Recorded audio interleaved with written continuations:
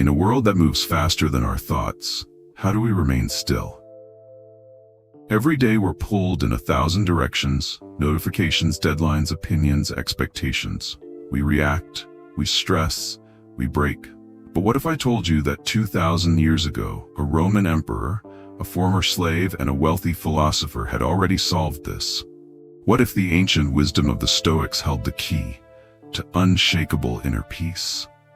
In the next few minutes, we'll walk through 10 powerful Stoic principles that can help you stay calm in chaos, strong in storms, and grounded, no matter what life throws your way. And if you stay till the end, I'll share one bonus principle that might just change how you respond to life forever. If one of these principles hits home, drop it in the comments. We're building something here, a community of modern Stoics, people like you and me, choosing peace over panic. Let's begin by understanding what Stoicism really is. Stoicism isn't about suppressing your emotions. It's about mastering them, about not being ruled by them. It teaches that while we can't control everything that happens, we can control how we respond. Meet your guides: Marcus Aurelius, the philosopher king; Epictetus, the wise teacher who was once a slave; and Seneca, the wealthiest thinker of his time. Different lives, same message. True strength isn't in what we show the world, it's in what we withstand. And in times like these, emotional resilience isn't just helpful, it's essential. 1. Control what you can, accept what you can't. Some things are up to us, and some things are not. Imagine this. You're stuck in bumper-to-bumper traffic. You're late. The stress starts building. But here's the truth. No amount of horn honking or swearing will clear the road. What you can control is how you respond. Will you let it ruin your day, or will you breathe, put on a calming podcast, and reclaim your inner calm? This principle is the foundation of Stoicism, separating what's within your control from what's not. Your thoughts, your actions, your attitude, that's yours. The weather, traffic, someone else's opinion, let it go. Tonight, draw 2 circles, label one control and the other can't control. List out 5 things in each from today. This is your circle of control. 2. Amor Fati, love your fate. Not merely bear what is necessary, but love it. Stoicism asks something radical, not just to endure pain or loss, but to embrace it. To say, this too is part of my story. Think of losing a job. Most would feel defeated. But what if that job loss opened the door to something better? A passion project, a healthier lifestyle, a calling. The Stoics believed that everything, yes, everything, was fuel for growth. When you say Amor Fati, you stop resisting life. You start flowing with it. Look back on one recent setback. How might it have been a blessing in disguise? Write it down. Reframe the narrative. 3. Memento Mori, remember you will die. You could leave life right now. Let that determine what you do. It's not morbid, it's empowering. To remember death is to sharpen your focus on life. We live like we have unlimited time, but we don't. Memento Mori whispers, this moment matters. It's the hug you didn't give, the dream you keep delaying, the apology you've been meaning to make. The Stoics didn't fear death. They used it to remind themselves how to live fully, urgently, and with purpose. Write down 3 things you'd do if you had only 1 year left. Then start doing them, even if it's just a small step today. 4. Practice voluntary discomfort. Set aside a certain number of days to live roughly. How strong are you really if comfort is all you know? The Stoics practiced going without luxuries on purpose. Cold baths, sleeping on the floor, wearing rough clothes. Why? So when life did hit hard, they weren't surprised. They were ready. Today, we have endless convenience. But true resilience comes from training our minds to say, even if I lose this, I'll be okay. That's power. Choose one discomfort this week. Take a cold shower. Skip a meal. Leave your phone behind on a walk. Train your mind to thrive without the fluff. 5. Negative visualization. What if you imagine losing your home, your job, or even someone you love? Not to cause pain, but to build gratitude. The Stoics called this premeditatio malorum, preparing the mind by visualizing potential losses. not to make you anxious, but aware. When you think, what if I never see this person again? Suddenly that goodbye hug means everything. This is how we anchor ourselves in appreciation, by facing the truth of impermanence. Close your eyes for 2 minutes.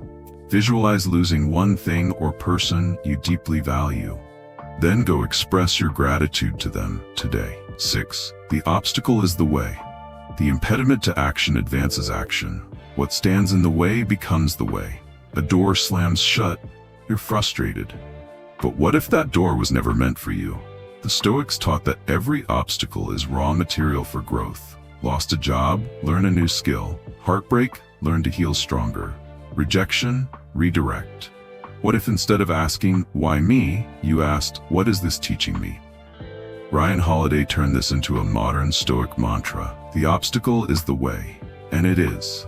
Think of a challenge you're facing right now. Write it down. Then beneath it, list one way it could become your greatest teacher. 7. Don't be ruled by emotions. You have power over your mind, not outside events. Someone cuts you off in traffic, your heart races, you want to lash out. But what if you paused, just 5 seconds, and chose calm? The Stoics knew that emotions come fast, but reactions are a choice. Being emotional isn't a weakness, but being ruled by emotion, that's slavery. Mastery means creating that gap, the space between stimulus and response, and in that space lies your power. The next time you feel triggered, count to 5. Inhale, exhale. Decide, not react. You're not your feelings, you're their master. 8. Focus on virtue, not outcome. If it is not right, do not do it. If it is not true, do not say it. You hold the door open. They don't say thank you. You speak the truth. They still misunderstand. Stoicism says, do the right thing, not for praise, but for principle. Virtue is the only reward you need, because outcomes, they're often beyond your control. But your character, that's always yours. Whether in career, relationships, or daily choices, focus on being good, not being noticed. Write down one core value you want to live by. Kindness, honesty, courage, and commit to one action that honors it today. 9. Keep a Stoic journal. Each day, acquire something that will fortify you. At night, Marcus Aurelius would sit and reflect on what went well, what didn't, and how he could improve. Not to shame himself, but to evolve. Journaling is where Stoic thought becomes Stoic practice. A simple habit, 1 page, 3 questions. What did I do well? What did I fail at? What will I do better tomorrow? This is how inner peace is built, 1 page at a time. Start your evening reflection journal tonight. You don't need to be a philosopher, just be honest. That's where growth begins. 10. Be present, the power of now and Stoicism. Confine yourself to the present. So much anxiety comes from 2 things, reliving the past or fearing the future.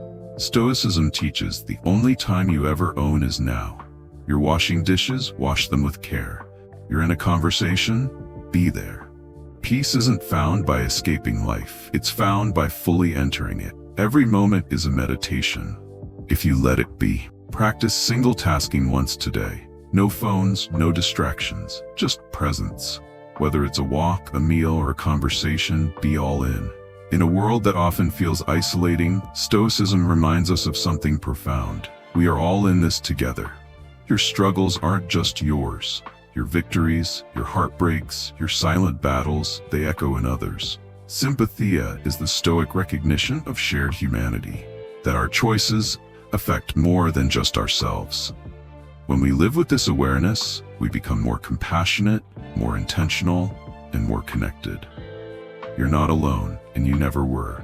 Reach out to someone today. No agenda, no expectation. Just connect. One small act of kindness can ripple further than you think. These Stoic principles are more than philosophy. They're tools for living better, stronger, and truer. So, which principle will you start with today? Drop it in the comments. Let's talk about it. Let's build a space where we support each other, not in perfection, but in practice. And if one of these ideas resonated with you, share it with someone, a friend, a sibling, a stranger. Because this is how we build a modern Stoic tribe, one person at a time.